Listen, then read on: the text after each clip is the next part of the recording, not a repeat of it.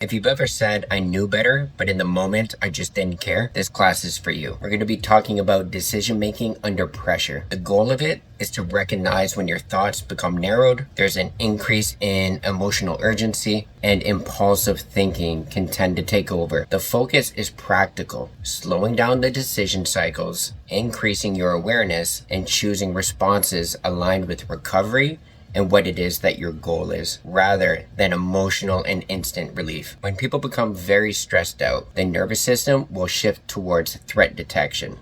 And what can happen is your amygdala can become activated, which is your fight or flight, and your executive function in the prefrontal cortex portion can tend to shut down. And the prefrontal cortex is where logic and reasoning happens. So you lose the ability to think logically, reason with yourself, and you will seek immediate relief. Stress also increases cortisol levels, and when cortisol levels go up, that's when amygdala activation, it tends to even more engage. And when you have amygdala activation, it reduces your ability to reflect and to think in terms of long-term outcomes. Under pressure, people are more likely to default to their former habits or habitual coping techniques, seek immediate relief over long-term stability, justify decisions that will reduce your discomfort, start to think in black and white methodologies, and overestimate short-term benefits while simultaneously underestimating long-term costs. People can quickly forget that a series of events where somebody active addiction, that using a substance consistently to cope all the time has led to somebody's life becoming unmanageable in the first place. So somebody can very quickly forget that the series of events that has led to somebody struggle with addiction in the first place is the very thing that they should want to avoid doing, because the long-term consequences to that for many people have become not being able to work, has affected personal relationships, has created financial hardship. Maybe some people have lost housing. And in the moment, that can easily become forgotten due to seeking immediate relief. And these reactions are neurobiological. They're not character flaws. But what you want to do is lean into strengthening your decision-making ability. And that would look like increasing your emotional awareness, slowing behavioral responses, expanding perceived outcomes, anchoring choices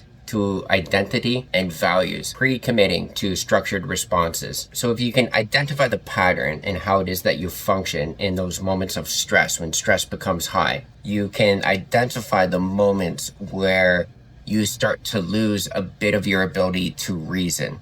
There's always going to be a pattern. And once you're able to identify that pattern, that's when you can start to work on these proper decision-making abilities. So when you become under stress, common things that people experience are increased heart rate and muscle tension, reduced working memory capacity, shortened foresight. So it's as if somebody can only think in the now and what's happening now, and they can't think beyond the moment. Reduced creativity in problem solving. So people become unable to think outside the box in terms of, is there another way to deal with this stress? Is there another way to manage this? What are some other possible coping tools or techniques that I could implement or explore? And heightened emotional intensity. And again, it's neurobiological. So once you have that amygdala activation with the fight or flight, you biochemistry speaking, want to protect yourself, preserve yourself, seek comfort, seek the quickest way to reduce pain. So if you're going to internalize this a little bit and self-reflect a bit, you may want to ask yourself, what physical sensations signal stress to you? What does your perception of time look like in those moments of stress? Are you able to see beyond the moment? Do you get that feeling of urgency? It needs to happen now, in the moment. I need relief immediately. And when you self-reflect upon that, that's when you can identify the pattern, and that's the exact moment in which you want to start exploring other options. And that's the basis of this class. You want to go into better decision-making moments in that moment. Because if you can interrupt that pattern, that's where you're going to have the growth, and that's where you're going to be able to deal with cravings and to be able to deal with high stress situations that won't lead you to potential cravings or potential using a substance again. You want to identify your personal decision-making patterns. And a lot of times, high-risk behavior is often preceded by predictable internal scripts that you've already created for yourself. Some examples of some of those permission-giving scripts that people can tend to internalize a little bit. It'll sound things like, it's just this once. I deserve the relief. It won't matter. Nobody will know, or I can fix this later. I'll deal with this later. I'll deal with the consequences later. So if you want to self-reflect again, some questions you may want to ask yourself. What was the first subtle shift right before the behavior? What was the thoughts you were having that reduced your resistance? What emotion was it that you were having that intensified the sense of urgency? What small or big alternative did you ignore? Did alternatives pop up in the first place? And if your mind had that blink of a moment where you thought, I could do something else different, I could do an ulterior pathway or a different coping tool, what did it look like when you ignored that? All of this kind of leads into that saying where somebody's relapsed before they've relapsed. Relapses begin right at this decision-making point, and that's why it's so necessary for you to identify this pattern so you're able to create better pathways for you to choose that doesn't lead to substance use. Some of the early warning signs and permission-giving thoughts often follow this sequence: emotional activation, narrowed thinking, justifying thoughts, small behavioral compromises, and then the escalation. So ask yourself, what emotion typically precedes risky choices? What physical cues can you identify that tells you that you're escalating? And which thought or thoughts are giving you the permission to do it? So once you're able to answer those questions and you're able to identify the pattern, what you want to do is go into a structured, paused protocol. You want decision interruption. You want to slow things down so you're able to not have that full amygdala activation and retain as much executive function as possible. So you're going to want to notice that activation, be able to name the emotion associated to it specifically, and then you want to delay action. And for the most part, you want to go with a 10-minute rule. Oftentimes, the quickest solution to those in-the-moment stressful situations or cravings, whatever the situation may be, is you just apply a 10-minute rule. Stress levels go up, you identify the pattern, and you tell yourself, I'm going to give myself 10 minutes before I commit to anything. Then what you would want to do in those 10 minutes is generate 3 alternative responses. And the reason I say 3 is when this is a structured pattern interruption pause protocol, you want to go back to a structure that you have already developed and you already know in your head. That makes it more routine. It makes it something you become accustomed to.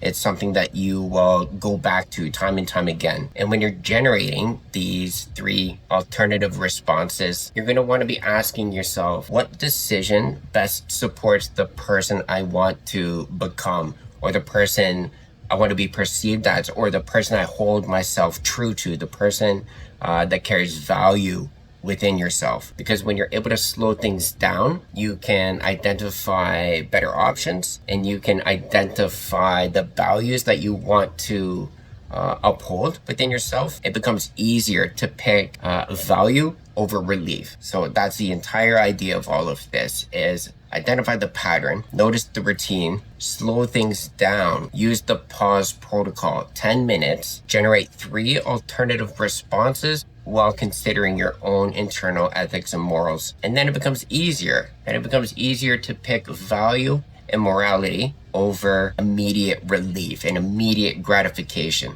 And you can do this proactively as well. If you know that triggers are going to be coming up because for whatever reason your routine incorporates patterns, you can create that plan based off of the pattern you know is going to come. So for example, somebody feels lonely every night after 8 p.m. The plan could be You identify that that's going to happen. It's going to come up, and then you're going to call one of your supports. Or if you feel criticized, you're going to step away before responding.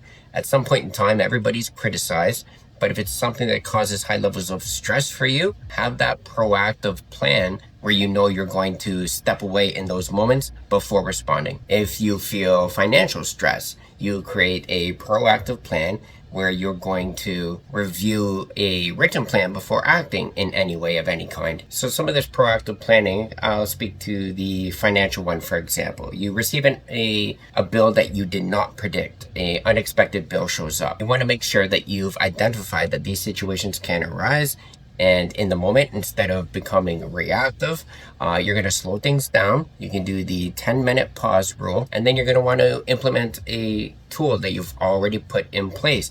Maybe that pathway could look like reviewing thoroughly what your current financials look like, planning for how to adapt to the bill that you did not predict, whatever the case may be. But you're going to want to be able to go into the proactive plan before being reactive in a moment of stress. Say you get into an argument with your partner. You're not going to want to go into a reactive state because everybody fights with their partner. So you be proactive about it. In the moment, you can, before the situation even arises, you can think if and when that situation comes up, the plan could be, I'm going to step away for 10 minutes and take some deep breaths. Or I'm going to go for a walk. I'm going to go to the gym. I'm going to have a snack. I'm going to have some food. Some form of pattern interruption that's already been developed in your head. And that allows your executive function to come back in and take over again and pull out of the amygdala activation, that fight or flight,